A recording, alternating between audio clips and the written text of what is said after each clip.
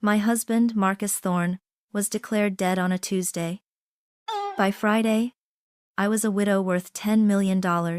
Friends and family surrounded me, their faces etched with pity, whispering about the cruel, unforgiving nature of the Oregon coast that had stolen my brilliant, charming husband from the world. They brought casseroles, offered condolences, and told me how strong I was being. I played the part, nodding through a veil of manufactured grief, because a tiny cold knot in my stomach told me a different story. It told me that the man I'd loved for 10 years, the man I was publicly mourning, was very much alive, likely sunning himself on a beach somewhere, living a new life bought with my money and my trust. He thought he was a ghost, a millionaire ghost. What he didn't know was that I controlled the purse strings. And in our world, the dead don't get a payday. My name is Eleanor Vance. And for the last decade, my life has been as meticulously designed as the gardens I create. From our sweeping home in Portland's West Hills, with its panoramic views of the city and Mount Hood, I built a world of structured beauty. As a landscape architect, my entire career is based on seeing the underlying patterns of things, the way a retaining wall must be perfectly anchored, how a drainage system must be flawlessly integrated, how every single plant must be chosen not just for its beauty, but for its resilience. I see the bones of a space before I see the flowers. It's a skill that allows me to turn chaos into harmony. And for a long time, I thought my marriage to Marcus was my greatest creation. He was the charismatic counterpoint to my quiet focus. A financial consultant with a dazzling smile and a confidence that filled every room. Marcus was the man who could charm investors and friends with equal ease. On paper, we were the perfect Portland power couple. My old money, artistic sensibility, paired with his sharp, modern ambition. Our dinner parties were legendary. Our weekends spent exploring wineries in the Willamette Valley, or hiking through Forest Park. We were a portrait of success, and I genuinely believed in the image we presented. But in the last year, cracks began to appear in the foundation. At first, they were hairline, almost invisible. Marcus grew stressed, his easy laugh becoming a rare commodity. He blamed it on a volatile market, a phrase that became his go-to excuse for everything. He started taking hushed phone calls on the patio, his back to the glass doors, his shoulders tight with a tension I didn't recognize. A statement for a new credit card I'd never heard of arrived in the mail. When I asked about it, he waved it away as a business expense card and shredded it before I could get a closer look. Then came his obsession with the Escape, the 34-foot sailboat he bought on a whim. He spent every spare moment on it, not inviting me along as he used to, but going out alone. "I just need to clear my head, Ellie," he'd say, kissing my forehead. "The sea always helps." It was on that boat that he became a stranger to me, a man hoarding secrets out on the gray expanse of the Pacific. The most significant change, however, was his fixation on our life insurance. He'd raised his policy to a staggering $10 million 6 months ago. I'd been hesitant. It felt morbid, excessive, but he was insistent, framing it as the ultimate act of love. "It's our fortress, Ellie," he'd said, holding my hands and looking me directly in the eye. "It's the ultimate safety net. If anything ever happens to me, I need to know you're protected." I now understand he wasn't thinking about my protection. He was building his exit strategy. What Marcus never bothered to understand was the nature of my family's wealth. He saw the result, the beautiful home, the comfortable life, but he never grasped the structure beneath it. My father, a shrewd and deeply cautious construction magnate, had seen a flicker of something unsettling in Marcus years ago. He'd insisted on placing my inheritance into an ironclad family trust. Marcus saw that trust as a barrier, an annoyance. He never read the fine print. He never knew that the premiums for his $10 million policy, his golden ticket, were paid from that very trust. And my father, in his infinite wisdom, had embedded a unique clause, a failsafe, a clause that Marcus, in all his arrogant planning, had completely overlooked. He was about to learn that while he may have designed his escape, I was the one who held the blueprint to his cage. The announcement came on a Saturday morning, thick with the gray drizzle that Portlanders accept as a standard feature of autumn. Marcus walked into the kitchen where I was sketching a planting plan, already dressed in his sailing gear. He smelled of salt air and coffee. "I'm heading out," he said, his voice unnaturally bright. "Going to take the Escape. For a spin down the coast.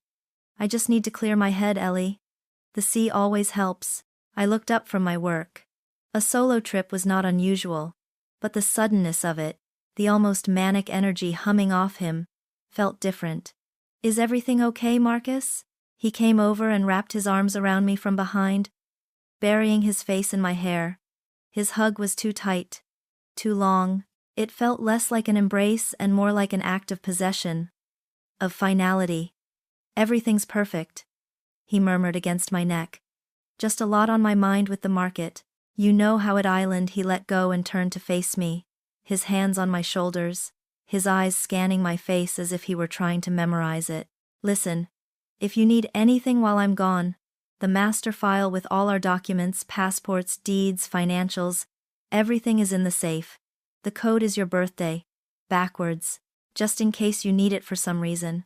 "Why would I need that for an overnight trip?" I asked, a faint tremor of unease running through me. He smiled. A brilliant, empty flash of white. "You never know. Just being prepared. It's what I do." He kissed me then. A deep, performative kiss that felt like it was for an audience that wasn't there. It tasted of desperation. He held my gaze for a moment longer.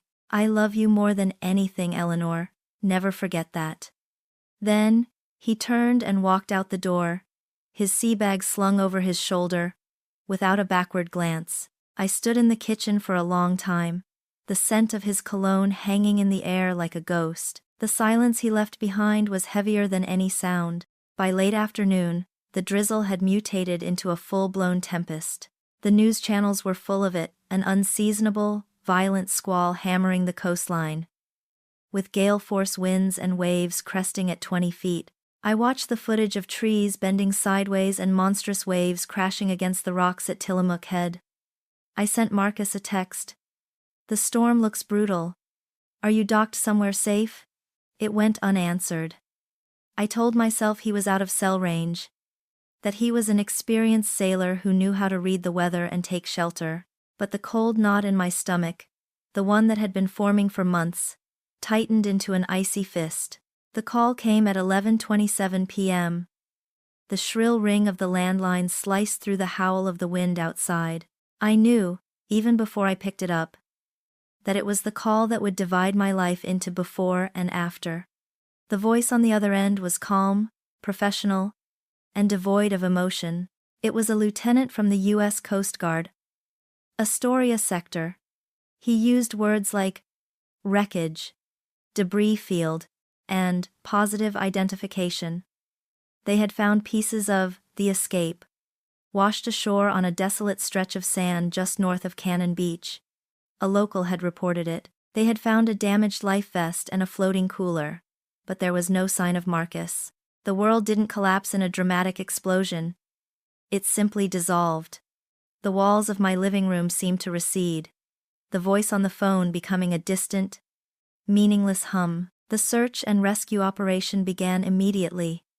A massive, coordinated effort of helicopters chopping through the wind-whipped rain, and cutters navigating the treacherous, churning sea. For 3 days, I lived in a state of suspended animation, my phone glued to my hand, my eyes raw from staring at the television, watching the same grim footage on a loop. My best friend Clara Jenkins moved into the guest room, becoming my silent, steady anchor in the storm of condolences and media inquiries. She made coffee I didn't drink, soup I didn't eat, and answered the door when I couldn't bear to face another pitying gaze.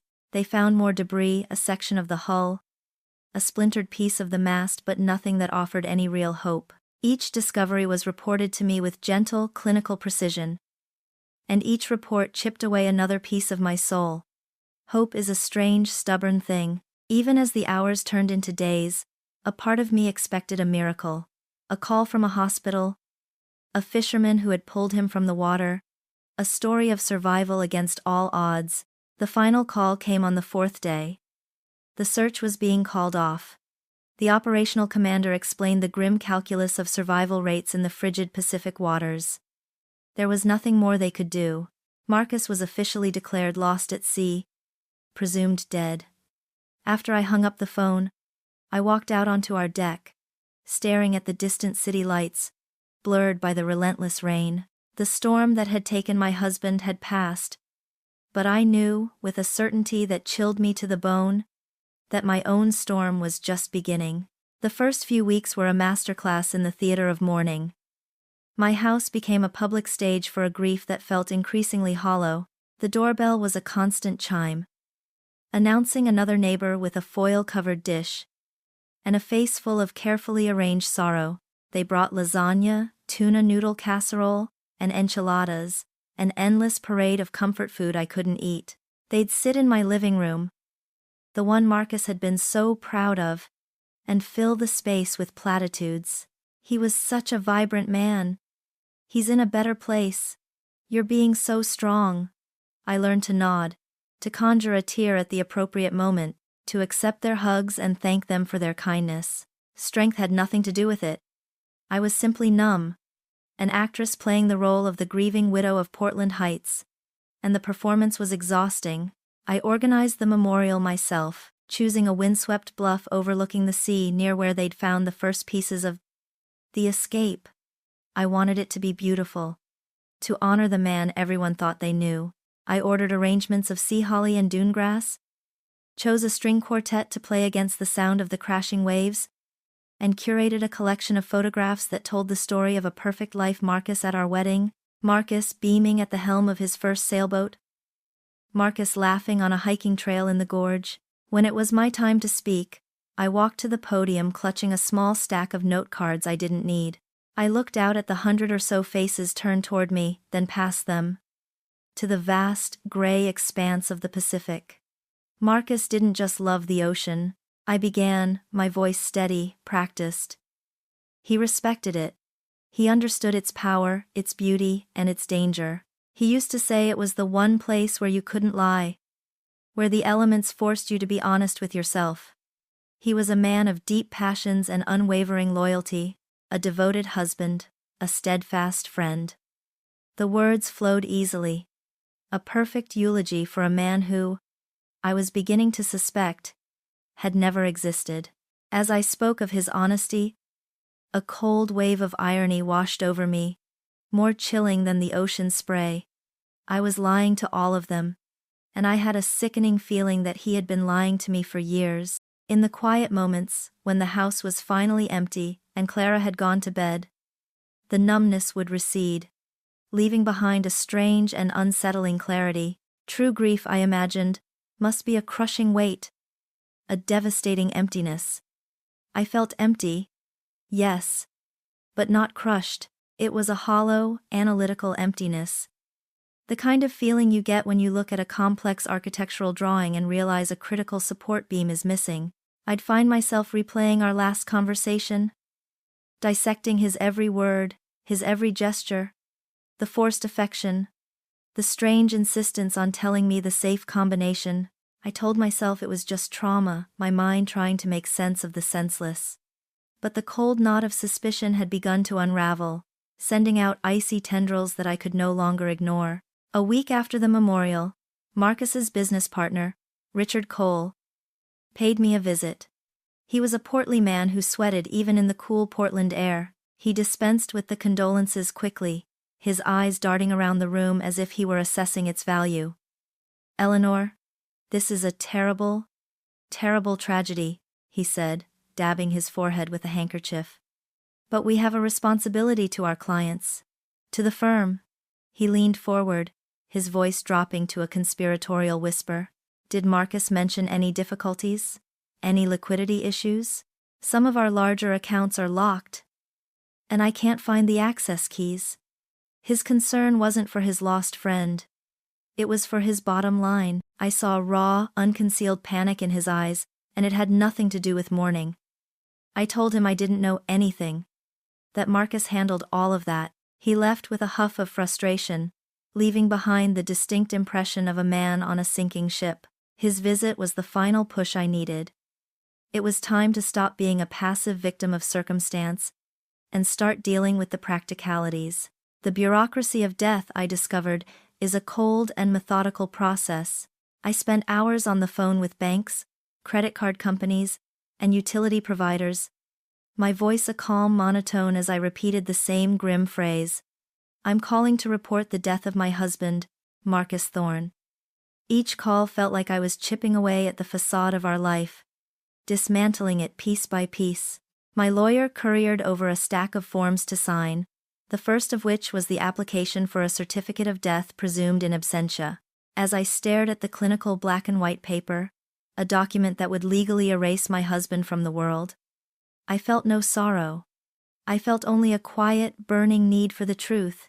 This paperwork wasn't an ending. It was a beginning. It was the key I needed to unlock the perfectly designed, beautifully constructed lie that my marriage had become. I began with his home office.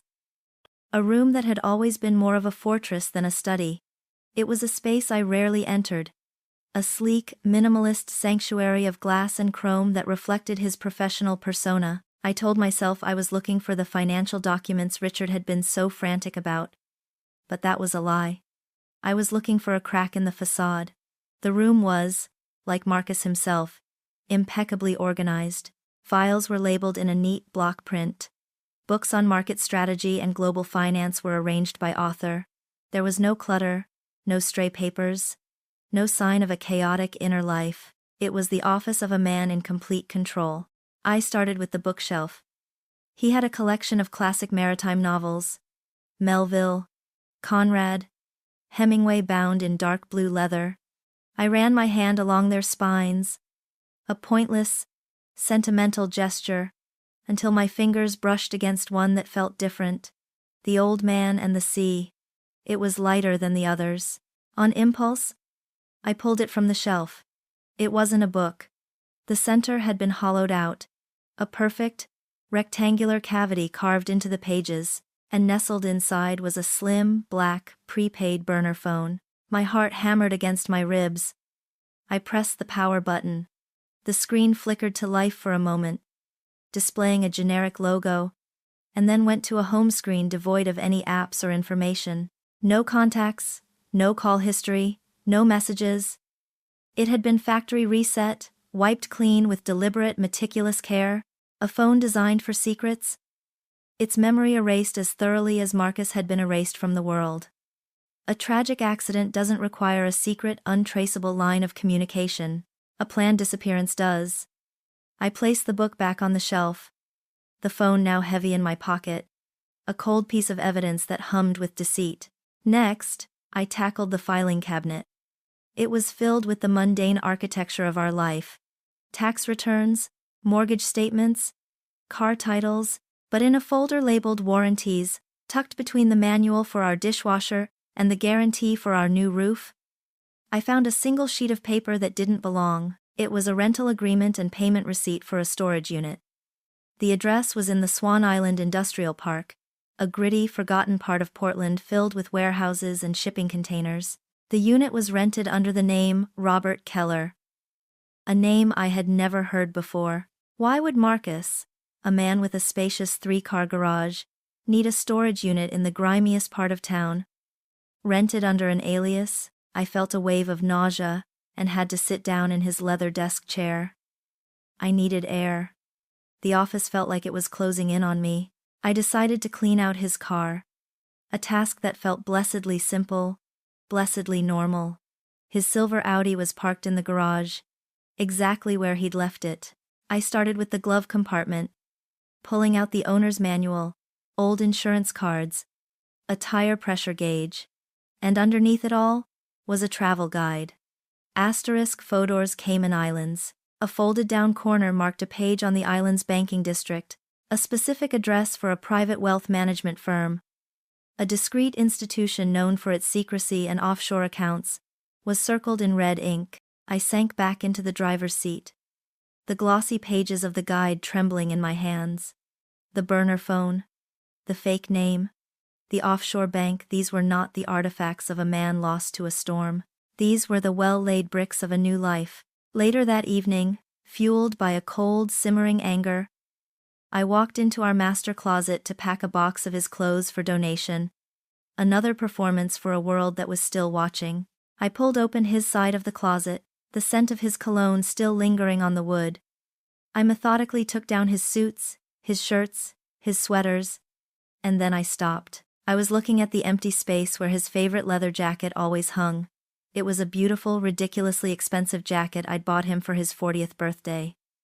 It was gone. I scanned the top of his dresser, where he kept his valet tray, the space where he always, without fail, left the antique gold watch his grandfather had passed down to him.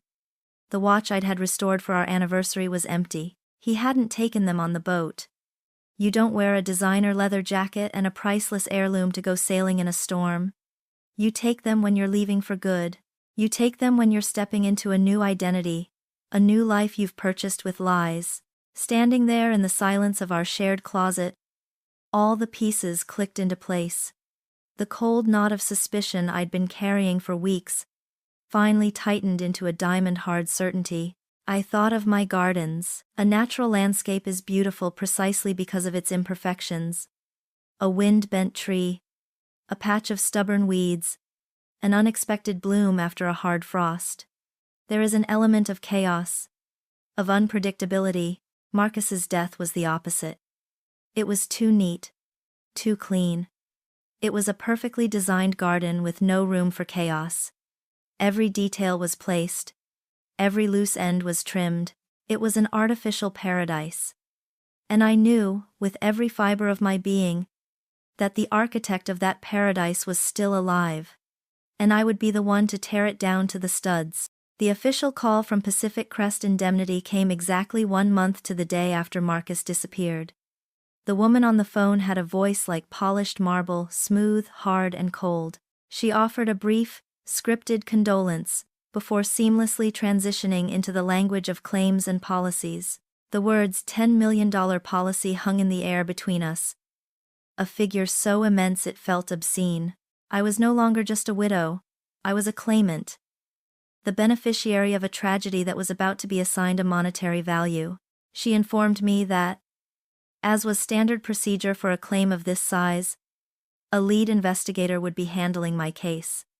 His name was David Chen, and he would be in touch to schedule a meeting. David Chen did not look like an insurance investigator. When I opened my door 2 days later, I expected a rumpled, middle-aged man with tired eyes. Instead, Chen was sharp and tailored in a way that reminded me of Marcus, though without the practiced charm. He was younger than I expected, with intelligent, watchful eyes that seemed to miss nothing. He moved with an efficient grace, and when he shook my hand, his grip was firm and his expression was professionally neutral. He was not here to offer comfort. He was here to scrutinize a $10 million problem.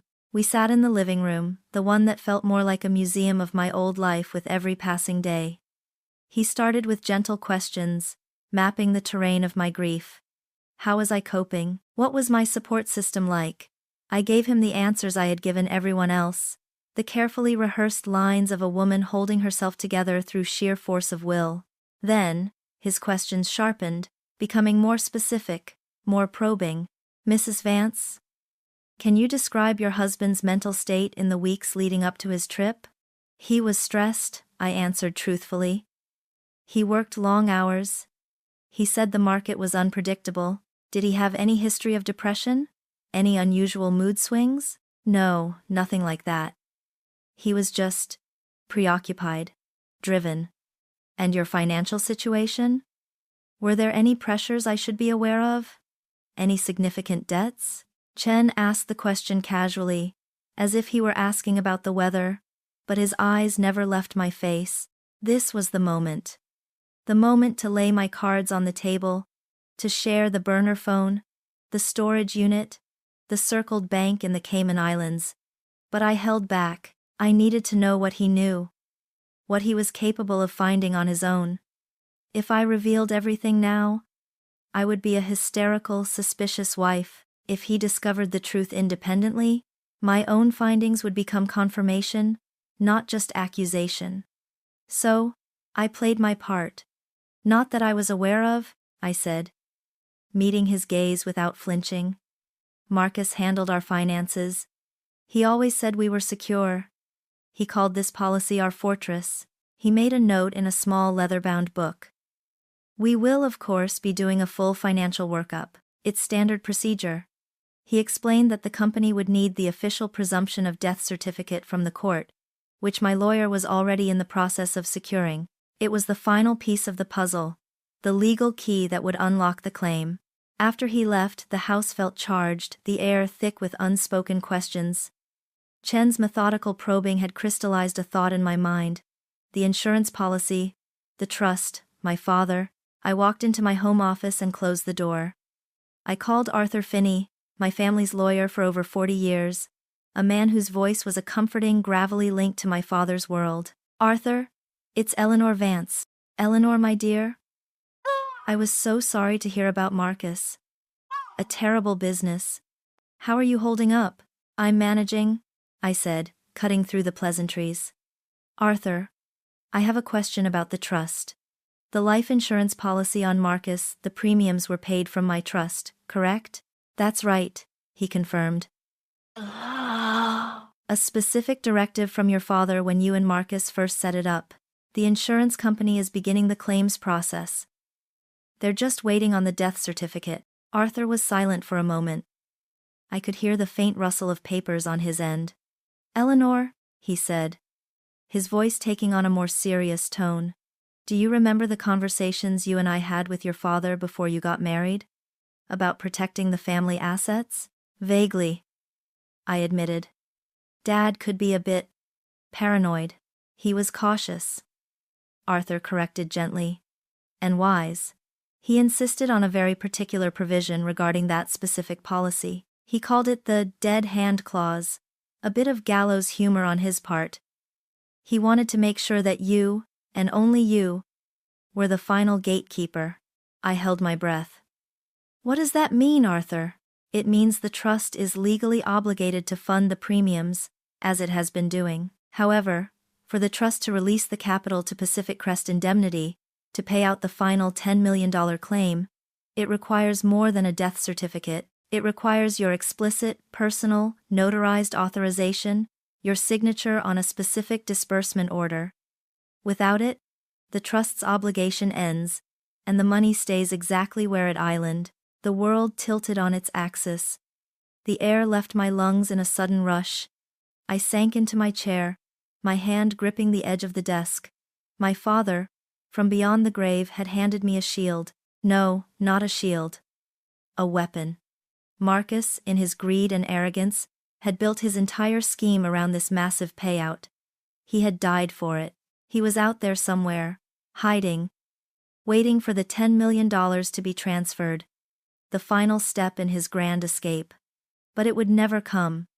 Not unless I allowed it. He thought the court system, the insurance company, the declaration of his death were the locks he had to pick. He never even knew about the final, unbreakable deadbolt. The one that was in my hand. In that moment, the last vestiges of the grieving widow burned away, replaced by the cold, clear fire of absolute certainty. I wasn't the victim in this story. I was the one in control, and the ghost of Marcus Thorne was about to find out that this house was haunted by more than just his memory. It was haunted by my father's foresight, and now, by my power. Armed with the knowledge of my father's final, protective masterstroke, I felt a shift in my very cellular structure. The passive, observational phase was over. It was time to stop finding clues by accident and start actively hunting for the truth. My first target was the storage unit on Swan Island, the one rented by the ghost named Robert Keller. I wasn't going to break in, of course. My methods, like my garden designs, would be precise, clean, and executed with professional help. I found a 24-hour locksmith in the phone book. A man whose weary voice suggested he'd heard every story imaginable and cared about none of them. I told him my late husband had rented a unit under a different name for his hobby equipment, and that I, His grieving widow had lost the key in the chaos. He grunted his assent and agreed to meet me the next morning. The industrial park was a bleak landscape of corrugated steel and cracked asphalt, a world away from the manicured lawns of the West Hills.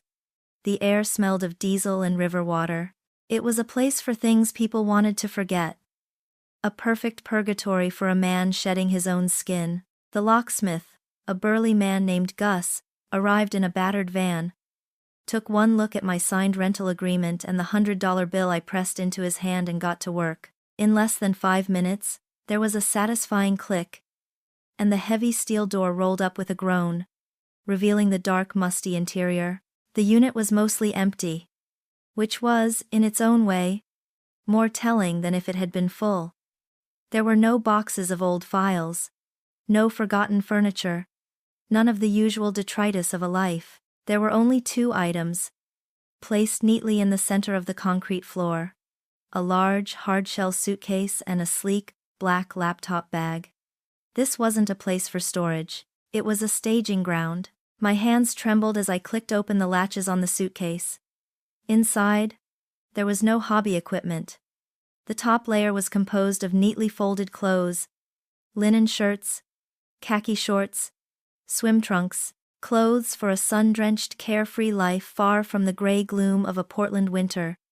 Beneath the clothes was the heart of the operation. Stacks of cash, neatly bound in rubber bands. I didn't count it all, but a quick estimate told me it was somewhere in the neighborhood of $50,000 seed money for a new beginning.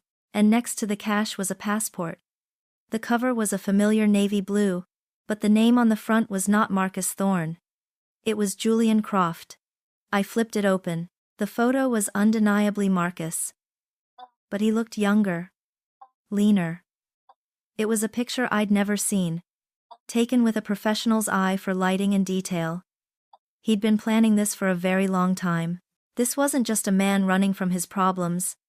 This was a man meticulously constructing a new identity, a new reality, leaving nothing to chance. I closed the suitcase, my mind reeling. The fake name, the cash, the warm weather clothes, it was all here. The complete kit for a resurrection. I then turned my attention to the laptop bag. The laptop itself was a high-end, ultra-thin model, anonymous and powerful. I opened it and pressed the power button. It booted up to a login screen demanding a complex password. A dead end, but I knew better than to try and guess. Whatever was on this computer was the brain of his operation, and I wasn't going to risk locking myself out. That afternoon, I called Clara. "I need a favor," I said, my voice low. "I need someone who is very good with computers, someone who doesn't ask a lot of questions." Clara, bless her, didn't hesitate. "I know a guy, he's my cousin's kid. A bit of a punk, but a certified genius. Built his own server farm in their garage when he was 15. He lives for this kind of challenge." The kid turned out to be a 22-year-old named Leo, with purple hair, a multitude of facial piercings, and an almost religious reverence for encrypted data. We met in a quiet coffee shop. I gave him the laptop and a cashier's check for $2,000. "I need to know what's on it," I said simply. "I believe it belonged to my late husband. I don't have the password." Leo looked from me to the laptop, a slow grin spreading across his face. Legacy data recovery, my favorite. He promised to be in touch within 48 hours. He called in 36. "You are not going to believe this," he said, his voice buzzing with excitement. "This thing's a fortress. Multi-layer encryption, a couple of virtual machines. The works. Your husband was either a spy or really, really paranoid." "Did you get in?" I asked, my knuckles white as I gripped the phone. "Does a compiler have bugs?" "Yeah, I'm in. But the interesting stuff isn't in the regular file system. I found a hidden partition, triple encrypted. Took me all night to crack it. And inside, it's just one file. A password-protected spreadsheet. The password was the name of his boat. The Escape." My blood ran cold. "Can you send it to me?" "Already did. Check your encrypted email." I hung up and rushed to my computer. The file was waiting. I opened it. It wasn't a financial statement. It was a confession, a digital ledger of a life built on lies. Row after row detailed a staggering web of debt. There were high-risk stock market trades that had gone disastrously wrong, private loans from lenders with predatory interest rates, and a series of investment withdrawals from his firm's client accounts that looked suspiciously like embezzlement. The successful, confident financial advisor was a fraud. He wasn't just stressed. He was on the verge of total catastrophic collapse. The $10 million insurance policy wasn't a golden parachute. It was a desperate, last-ditch effort to outrun the financial guillotine that was about to fall. He hadn't run away to get rich. He'd run away to avoid ruin and prison. As I scrolled through the years of deceit, my eyes landed on a separate tab at the bottom of the spreadsheet. One labeled Disbursements. It was a list of regular monthly payments, each for thousands of dollars. Going back 3 years. The recipient wasn't a bank or a creditor. It was just a set of initials. IR. IR. Who was IR? The payments were too consistent to be for a debt, too large to be a casual expense. This was something else. This was a partner, an accomplice. The betrayal, I realized with a fresh wave of ice in my veins, was deeper and darker than I had ever imagined. He hadn't done this alone. I called David Chen's office the next morning. I didn't wait for him to contact me. I have some information that might be pertinent to your investigation, I told his assistant, my voice level and professional. We agreed to meet the following day at a small independent coffee shop in the Pearl District, a place far from the prying eyes of my neighborhood and the corporate sterility of his downtown office. I chose a table in a dark corner, away from the windows, and when he arrived, I already had a laptop and a manila envelope waiting on the table. He slid into the booth opposite me, his expression a carefully blank slate. "Mrs. Vance," he began, "I was planning to call you.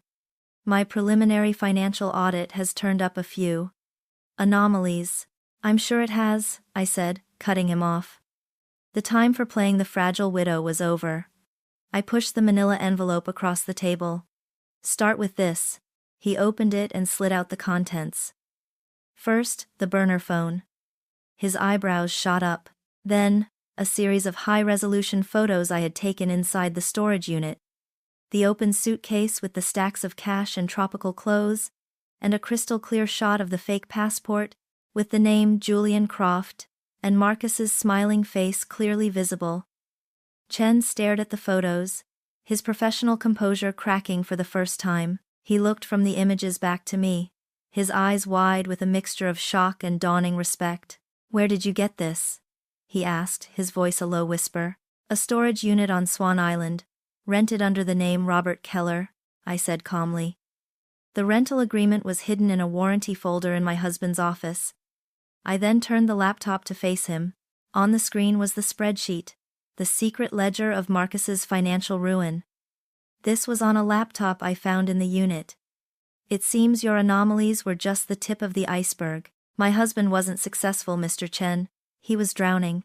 He spent the next 20 minutes in silence, scrolling through the spreadsheet, his expression growing grimmer with each line of debt, each failed investment, each questionable payment to IR. When he finally looked up, the dynamic between us had fundamentally changed. I was no longer a claimant. He was no longer just an investigator. We were two people staring at the same ugly truth. "I've been doing this for 15 years, he said, shaking his head slowly. "I've seen a lot of fraud cases. Faked deaths are the white whale rare, and almost impossible to pull off. But this is the most meticulously planned attempt I've ever encountered." He leaned forward, his voice dropping. "My team found evidence of massive leveraging against his firm's assets. He was using client money to cover personal trade losses. He was days, maybe hours, away from being exposed. Your husband wasn't just escaping a marriage, Mrs. Vance. He was escaping a federal indictment." "So we have the same goal," I stated, not as a question but as a fact. "You want to find him to prevent your company from losing $10 million. I want to find him because he built our entire life on a foundation of lies." A flicker of understanding passed between us. An uneasy, unspoken alliance began to form in the quiet corner of that coffee shop. He had the resources of a massive corporation, the legal authority to subpoena records and coordinate with law enforcement. I had intimate knowledge of the man he was hunting. And as I was about to reveal, I had the ultimate trump card. We can help each other, I continued, pressing my advantage. But if we do this, it has to be on my terms. We work together, outside of the official channels for now. No red flags, no spooked clients, nothing that might tip him off that we're on to him. Chen considered this. He was a man who lived by the book, but he was also smart enough to know when the book wouldn't get the job done. Why should I agree to that? What can you offer that my own team of investigators can't? I leaned forward and delivered the final, game-changing blow. Because you're all focused on the wrong key. You think the death certificate is what unlocks the money. It isn't, I explained in calm, measured tones, the existence of my family trust. I told him about my cautious, brilliant father, and then I told him about the dead hand clause.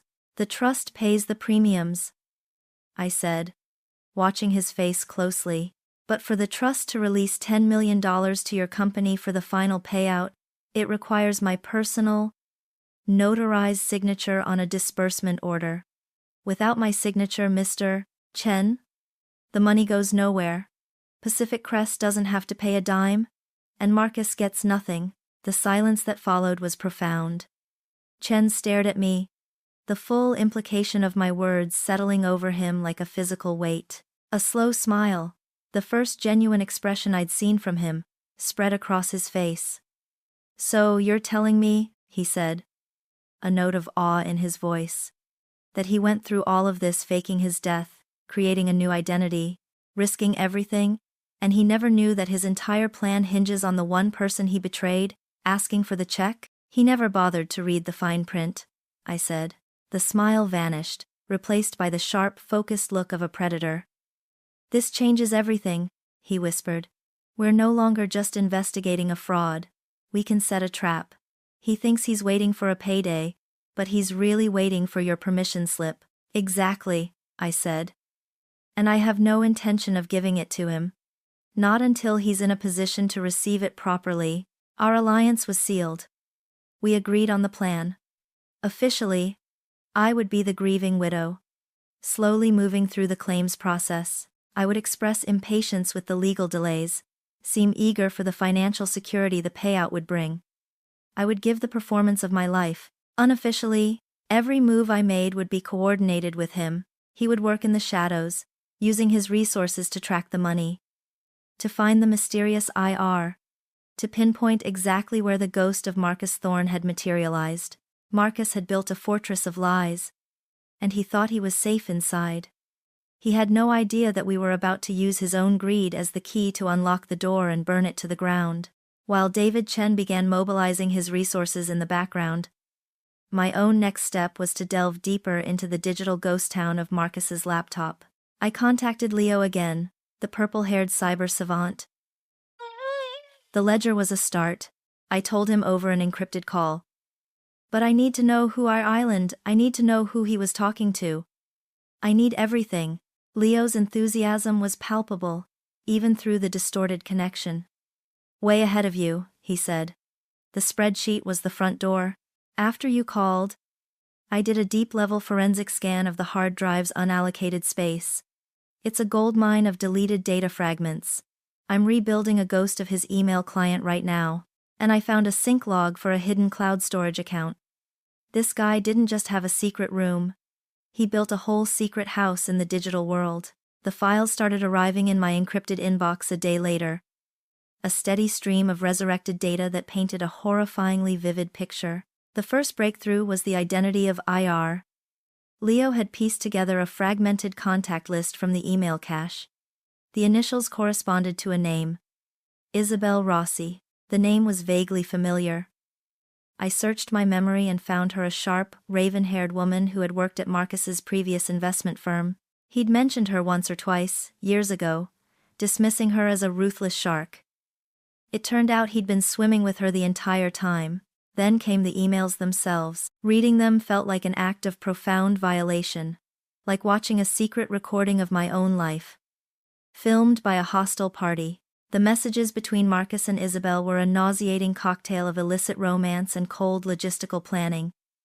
They were lovers. That much was sickeningly clear.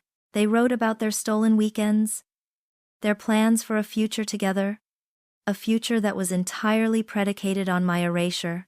They talked about me, referring to me only as E or the asset. I wasn't a person in their plans.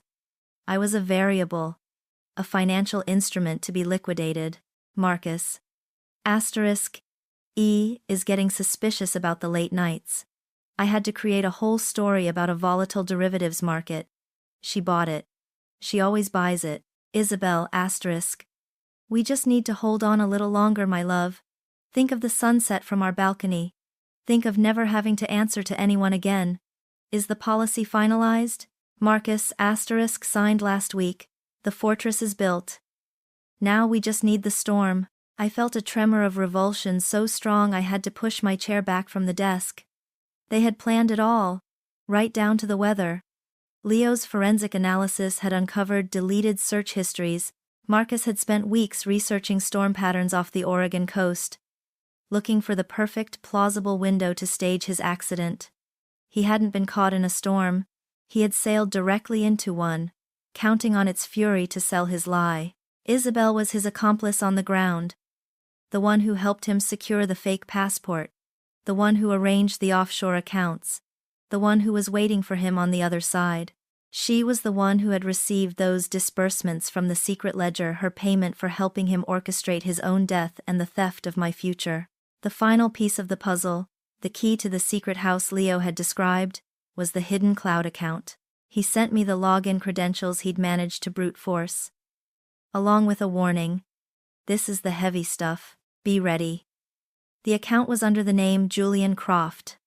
I opened it, my hand trembling as I navigated to a folder simply titled, The New Life. It was full of photographs, dozens of them. The first one stopped my breath. It was Marcus. No.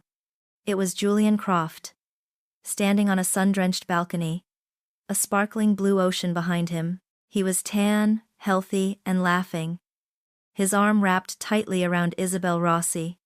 She was leaning into him, her face alight with triumph. He was wearing the missing leather jacket. The date stamp on the digital file was from 3 weeks ago, a time when I was still accepting casseroles from pitying neighbors and trying to remember how to breathe. I clicked through the rest of the photos, each one a fresh stab of betrayal. Marcus and Isabel drinking champagne at a seaside cafe in San Diego. Marcus walking a golden retriever, a dog I'd always wanted but he'd always vetoed, on a perfect, sandy beach. Marcus and Isabel posing in front of a sleek, modern condo building, the key to their new home held up victoriously. He wasn't just alive. He was happy.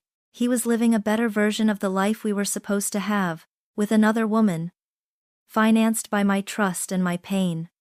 He hadn't just faked his death. He had faked our entire marriage. In that moment, sitting in the silent, sterile office he had built, I finally understood the full scope of his betrayal. It was so much deeper than money. It was a complete and total invalidation of our shared history, of the 10 years I had invested in loving a man who was, in reality, a stranger. The life I had meticulously designed, the love I thought I had nurtured, it was all a fiction he had allowed me to believe until it was no longer convenient for him. The grief I had been suppressing, the numbness I had mistaken for strength, it all shattered. But what rushed in to fill the void wasn't despair. It was something colder, harder, and infinitely more powerful. It was the cold, calculated resolve of a woman who had just been erased, and was determined to write herself back into existence. My mission was no longer just about exposing a fraud or reclaiming stolen assets. It was about dismantling his new life as thoroughly as he had tried to dismantle mine. He had wanted to be a ghost. I would be the one to make sure he spent the rest of his life truly haunting the ruins of the world he had torched. I met David Chen 2 days later, not in a coffee shop, but in a sterile, anonymous meeting room on the top floor of the Pacific Crest Indemnity building. The pretense was over. He was no longer just an insurance investigator. He was the liaison to a much larger, more powerful machine. A man and a woman in dark suits, who introduced themselves as Agents Miller and Diaz from the FBI's white-collar crime division, sat silently at the table. The game had escalated.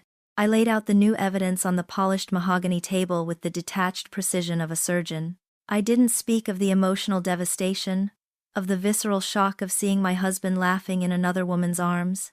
I spoke of data points and actionable intelligence. The accomplice's name is Isabel Rossi, I began, sliding a printed dossier across the table. She's a former colleague of Marcus's. The laptop contained their entire email correspondence, detailing the planning and execution of the fraud. This cloud account, I continued, tapping a folder of printed photographs, contains visual confirmation that Marcus Thorne is alive and well, living in San Diego under the alias Julian Croft. The photos are date-stamped. He is cohabitating with Miss Rossi. Agent Miller, a woman with a severe haircut and an even more severe expression, picked up one of the photos. It was the one of Marcus and Isabel on the balcony, their faces aglow with success. This moves the case from insurance fraud into the realm of wire fraud, mail fraud, and conspiracy across state lines, she said, her voice flat. This is our jurisdiction now. This is our jurisdiction now. Chen deferred to them, but his eyes were on me. We had our alliance, and the arrival of the federal government didn't change that. It simply gave us bigger weapons. With this, Chen said to the agents, we have probable cause to begin full surveillance on Isabel Rossi. We can get warrants for her financials, her travel records, everything. The investigation moved with terrifying speed. Chen kept me updated through brief, encrypted calls that felt like dispatches from a war room. They started with Isabel's digital life. She had a clean professional footprint, a LinkedIn profile that listed her as a successful financial analyst at a tech firm in Seattle, a mortgage, a car loan. It was a perfect, legitimate cover, but with the FBI's resources, they peeled it back to reveal the second life she was funding. They got the warrant for her bank records, and the digital breadcrumbs became a superhighway. They found the wire transfers, a series of them, totaling over $200,000, sent to a numbered account at the Cayman National Bank and Trust, the exact same institution Marcus had circled in the Fodor's guide. Isabel was the financial mule, the clean entity moving Marcus's stolen and embezzled funds offshore before his disappearance, preparing the nest for their new life. Physical surveillance began. An FBI team in Seattle tailed her, documenting her every move. She lived a quiet, unassuming life. She went to work, went to the gym, met friends for dinner, but every second or third weekend, she would drive to SeaTac Airport and board a flight to San Diego. Another team would pick her up there, following her to a luxury high-rise condo building overlooking the bay. The condo wasn't in her name. It was registered to a shell corporation with a Delaware address, another dead end. But they knew who was inside. They watched as she came and go, sometimes with groceries, sometimes with shopping bags. They never got a clean shot of Marcus. He was being careful, the ghost in the machine, but they knew he was there. The net was being woven, thread by invisible thread, while they focused on the grand architecture of his crime. I found myself compelled to excavate the ground beneath my own feet. The revelation of his epic betrayal made me question everything, every transaction, every shared expense of our 10-year marriage. Fueled by a cold, meticulous fury, I began my own forensic audit.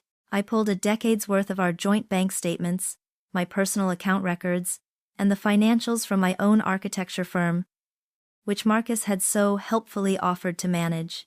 I sat at my dining room table for days, surrounded by stacks of paper, a highlighter in my hand, building my own spreadsheet. And I began to see a second, more insidious pattern of theft. It was a slow, parasitic siphoning that had been going on for years. It was death by 1,000 cuts. There were the business expenses he'd claimed against my firm's account for conferences he never attended, for software we never bought. There were the monthly payments to a landscaping service I'd never heard of, which I discovered was a P.O. box he controlled. There were the countless times he'd offered to pay a joint credit card bill, overpaying it slightly from our checking account, and then quietly pocketing the refund check the company mailed back. Each theft was small, a few $100s here, 1,000 there. Amounts I would have never noticed in the grand scheme of our finances. He had used my trust as a line of credit. I worked backwards, my highlighter marking each fraudulent transaction in a sickening shade of yellow. The grand larceny of the insurance scheme was almost understandable in its audacious greed, but this was personal. This was the theft of a husband from a wife, a daily, intimate act of contempt. He hadn't just decided to leave me at the end, he had been robbing me, in small, deliberate ways, for almost our entire life together. He hadn't just seen me as an obstacle to his new life. He'd seen me as a resource to be drained for his current one. When I was finally done, days later, I typed the final formula into my spreadsheet. The total was staggering.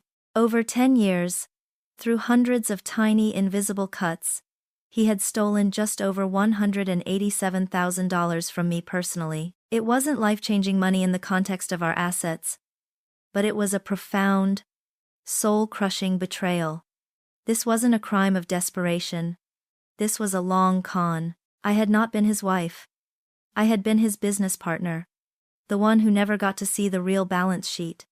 And the scale of his deception, I finally realized, was a masterpiece of evil, and I would be the one to sign my name at the bottom of it. The final strategy session took place in the same sterile FBI meeting room, but the atmosphere had changed. The air was electric with the nervous energy that precedes a final, decisive move.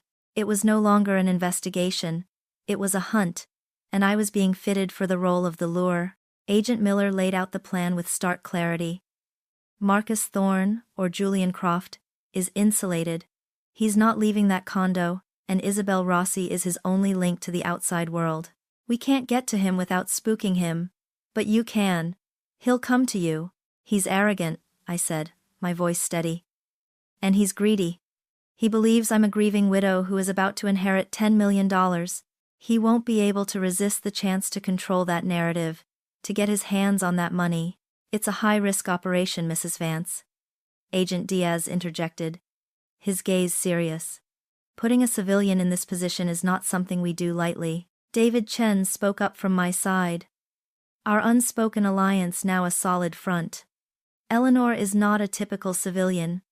She understands the subject better than any of us. She is the only one he'll trust enough to expose himself. The agents exchanged a look, and then Miller nodded. The plan was a go. Every step was designed with the precision of one of my architectural blueprints, a structure of deceit built to trap a master liar. The first move was a masterpiece of misdirection. My lawyer, Arthur Finney, drafted a formal letter on his firm's most intimidating letterhead. It was addressed to the legal department at Pacific Crest Indemnity, with a copy sent to me. The letter stated that all legal hurdles regarding the estate of Marcus Thorne had been cleared, and that the court-issued certificate of death had been received. It concluded by stating that the $10 million insurance policy was now clear for disbursement, pending only the final, notarized signature of the beneficiary, Eleanor Vance, on the requisite trust documents. It was a perfectly ordinary bureaucratic letter, except, it was bait. We have an asset inside the county clerk's office, Miller explained. The letter will be accidentally misfiled in a public-facing docket for a few hours. Isabel Rossi has been running weekly digital searches for Marcus's name in the public record. She'll find it. It will look like an authentic leak, and she will believe it. The bait was in the water. The second step was the hook. Agent Diaz handed me a sleek encrypted satellite phone. This is completely untraceable, he said.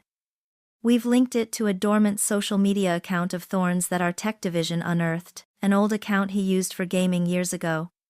It's the one place he might still look. A digital bolt hole he thinks no one else knows about. He'll see a notification. We spent the next hour crafting the perfect message, each word weighed and measured for its psychological impact. It had to play to his ego, his greed, and his profound underestimation of me. Finally, we settled on the precise wording. I typed it myself, my fingers cold but steady on the tiny keyboard. Marcus, I know you're out there. Stop. Don't delete this. They're going to pay. The insurance company sent the final papers, but I can't sign them. Not yet. I've been going through our finances, and I found accounts, withdrawals I don't understand. Before I sign away my future, I need you to explain them to me. I'm protecting myself. Meet me, alone. It was a calculated risk. It showed I knew something was wrong, but not everything. It presented me as a confused, scared widow, overwhelmed by finances she never handled, trying to secure her own footing before taking a massive step. It gave him a problem that he would believe only he, with his superior intellect and manipulative charm.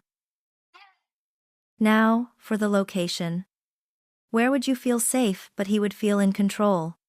Miller asked. The Portland Japanese Garden, I said without hesitation. It was a place of serene, structured beauty, a labyrinth of stone paths, koi ponds, and meticulously pruned maples. To me, it was a sanctuary of order and calm my world. To him, it would seem like the perfect place to meet a distraught wife.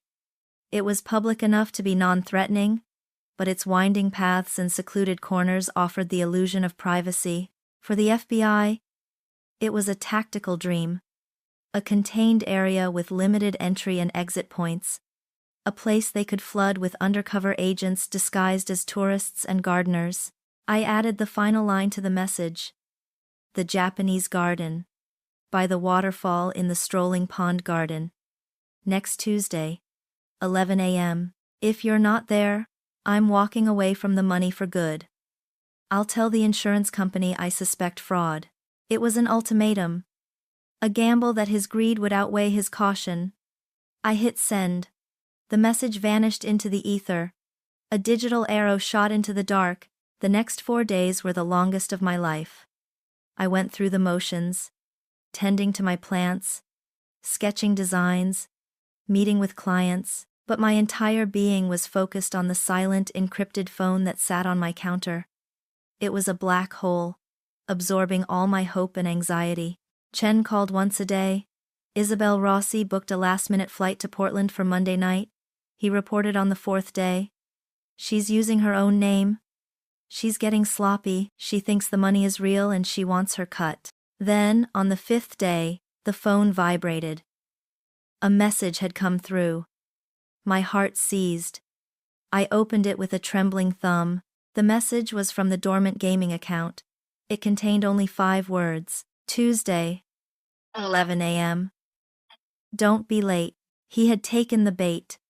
His arrogance, his greed, his complete and utter belief in my weakness, it was all leading him back to me, back to the city he had fled, back to the life he had tried to erase. He was walking out of the shadows, confident he was coming to claim his prize. He had no idea he was walking into a perfectly designed, meticulously constructed cage. The net was woven, the trap was set. All I had to do now was play my part one last time. Tuesday morning arrived, cool and crisp. With a sky the color of washed-out denim, the Portland Japanese Garden was an oasis of tranquility. A place where every stone, every stream, every sculpted maple tree was arranged to create a sense of perfect, harmonious peace. It was a beautiful, serene lie. Today, the garden was a cage. The FBI had been there since dawn. They were a ghost army, hidden in plain sight. A young couple holding hands on the moon bridge were federal agents. The elderly man patiently sketching the flat-topped pines was an agent. The groundskeeper meticulously raking patterns into a sand garden was an agent. They were the gardeners, the tourists, the artists, an invisible network of eyes and ears. All connected, all waiting. I was the centerpiece of the design. I wore a simple, elegant gray dress, a color that blended with the stone lanterns and the overcast sky. A tiny, almost weightless microphone was taped beneath my collar. A cold, metallic reminder of the audience listening to my every heartbeat. Agent Diaz's voice was a calm, disembodied whisper in the tiny earpiece I wore. We have eyes on all entrances. You are secure. Just play your part, my part. the final act in this long, agonizing play. I walked the winding stone paths to the strolling pond garden and stood before the waterfall. Its gentle cascade a soothing counterpoint to the frantic drumming in my chest. I wasn't scared, the fear had burned away weeks ago, leaving behind something hard and pure. I felt a profound, icy calm. I was a landscape architect about to witness the demolition of a poorly designed structure. I watched the vibrant orange and white koi glide through the dark water below, their movements slow, patient, and deliberate. They were waiting to be fed. At exactly 11 a.m., I saw him. He emerged from a path shaded by Japanese maples, walking with a caution that was entirely new to him. He looked different, as I knew he would. He was thinner, his face gaunt beneath a scruffy dark beard. His hair, once a familiar sandy brown, was now dyed a flat, lifeless black. He wore sunglasses and a baseball cap pulled low. He was Julian Croft, the ghost. But as he drew closer, I saw the ghost was just a costume. The arrogant tilt of his chin, the self-assured roll of his shoulders as he walked, that was all Marcus. He stopped a few feet from me, taking off his sunglasses. His eyes, the same ones that had looked at me with feigned love for a decade, darted around, scanning for threats. Seeing none, he focused on me, and his face relaxed into a mask of pained sincerity. "Ellie," he breathed, his voice a theatrical whisper. "Thank God. I was so worried." He stepped forward to touch me, but I took a small step back. He stopped, a flicker of annoyance crossing his face before being replaced by a look of deep sorrow. "I know this is confusing," he started, his voice a low, placating hum. "This was the performance I had been waiting for. I never wanted to put you through this. You have to believe me." I stayed silent, my face a carefully blank canvas, letting him paint his masterpiece of lies. "I got involved with some very dangerous people, Ellie. Business deals that went bad. They weren't just going to ruin me. They were going to come after you. They threatened you." He took a step closer, his eyes pleading. "Faking my death was the only way out. The only way to protect you. I had to disappear, to make them think I was gone, so they would leave you alone. The insurance money. It wasn't for me. It was for you. A fortress, remember? So you would be safe. So you would have a new start." He spoke with such conviction, such manufactured emotion, that a younger, more naive version of me would have believed every word.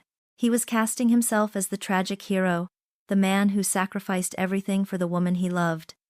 He saw me as his audience, his mark, the final loose end to be managed with a pretty story. He thought he was explaining away the accounts, calming the confused little wife so she would sign the check. I let the silence hang in the air after he finished. Let the sound of the waterfall fill the space between us. I looked at this stranger wearing my husband's face, a man so consumed by his own lies that he believed them to be a form of art, and I felt nothing but a vast, empty pity. I finally met his gaze. My voice, when I spoke, was not angry or tearful. It was quiet, clear, and as cold as the stone beneath my feet. "It was never about protecting me, Marcus. It was about the money." He blinked, a flicker of confusion in his eyes. He opened his mouth to protest, to continue his performance, but I didn't let him. "The money you can't have," I continued, my voice cutting through his narrative like a shard of glass. "You built this entire fantasy. You torched our life for a prize you were never, ever going to collect. My father made sure of that." The confusion on his face deepened. The name, my father's name, was a variable he had not accounted for. He stared at me, his brilliant mind racing, trying to find the flaw in his perfect plan, trying to understand the words that made no sense. He looked like a chess master who had just realized his opponent had been playing a different game all along, and in that moment of pure, frozen disbelief, the garden came alive. The young couple on the bridge stopped holding hands. The elderly artist closed his sketchbook. The gardener put down his rake. They moved with a fluid, silent purpose. David Chen stepped out from behind a sculpted pine tree, his face grim, his eyes locked on Marcus. "Marcus Thorne," Chen said, his voice echoing in the sudden absolute silence. "You're under arrest for wire fraud, mail fraud, and conspiracy." Marcus didn't even seem to register the agents as they surrounded him. His eyes were still locked on me, his face a canvas of utter soul-shattering devastation. It was not the look of a man who was afraid of prison, it was the look of a narcissist who had just been completely and irrevocably outplayed. The look of a god who had just discovered he was mortal, the perfect collapse of his arrogance. Right here in the heart of my serene, orderly world. That was my first true moment of vindication. The explosion was immediate and spectacular. The story of the millionaire financial advisor who faked his own death only to be captured in a serene Japanese garden through a sting operation orchestrated by his brilliant, betrayed wife was pure catnip for the media. News vans camped outside my gate. Headlines screamed from newspaper stands. The widow's web, dead man walking, how Portland's perfect couple became a federal case. My face was plastered across television screens. A file photo from a charity gala where I stood smiling beside the man who had tried to erase me. I became a public figure overnight. A symbol of scorned woman vengeance. But they got the story wrong. It wasn't about vengeance. It was about restoration. I ignored the interview requests, drew the curtains, and let the justice system, the great grinding machine I had set in motion, do its work. The first gear in that machine to turn was Isabel Rossi. Faced with an avalanche of evidence, her own emails detailing the conspiracy, wire transfer records mapping the flow of stolen money, and surveillance photos of her every move, the ruthless shark did what sharks do. She saved herself.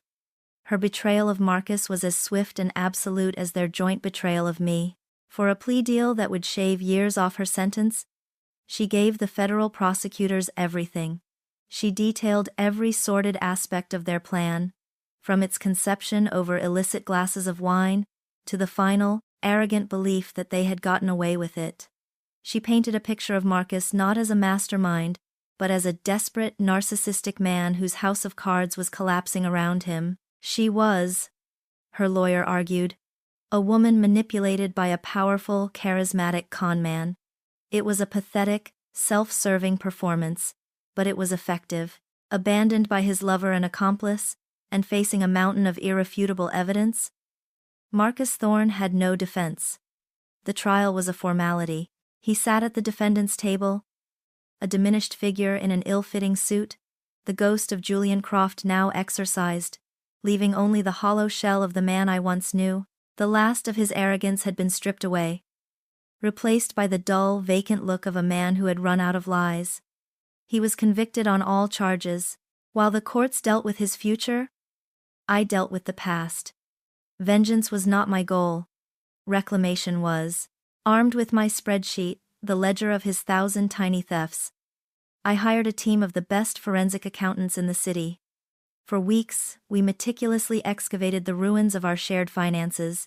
We followed the trail of every stolen dollar. From the falsified expense reports filed against my firm to the phantom landscaping services at his P.O. box. It was a painstaking, soul-crushing process, but with every reclaimed dollar, I felt a piece of myself being restored. This wasn't about the money. It was about the principle. It was about taking back the parts of my life he had treated as his personal expense account. The final act of reclamation was selling the house in the West Hills. The real estate agent advised me to stage it, to fill it with warm, inviting furniture to entice buyers. I refused.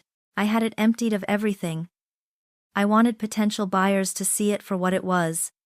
A beautiful structure with good bones, waiting for a new, honest life to be lived within its walls. I did a final walkthrough the day before it went on the market. My footsteps echoing in the empty rooms. I felt no nostalgia, no sadness. This wasn't the home where I had built a life. It was the set where I had performed in a decade-long play.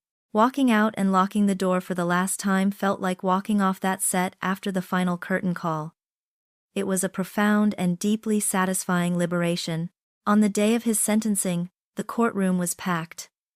I had been asked if I wanted to provide a victim impact statement. At first, I was hesitant, unwilling to give him the satisfaction of seeing me in that context one last time. But then I realized it was my final opportunity to reclaim the narrative, to define the crime not in the cold, legal terms of fraud, but in the deeply personal language of betrayal. When the judge called my name, I walked to the podium. I did not look at Marcus. I addressed the court, my voice quiet but carrying through the silent room. "Your Honor," I began. "The court has heard the details of the financial crimes committed by the defendant, Marcus Thorne. The theft has been quantified in dollars and cents.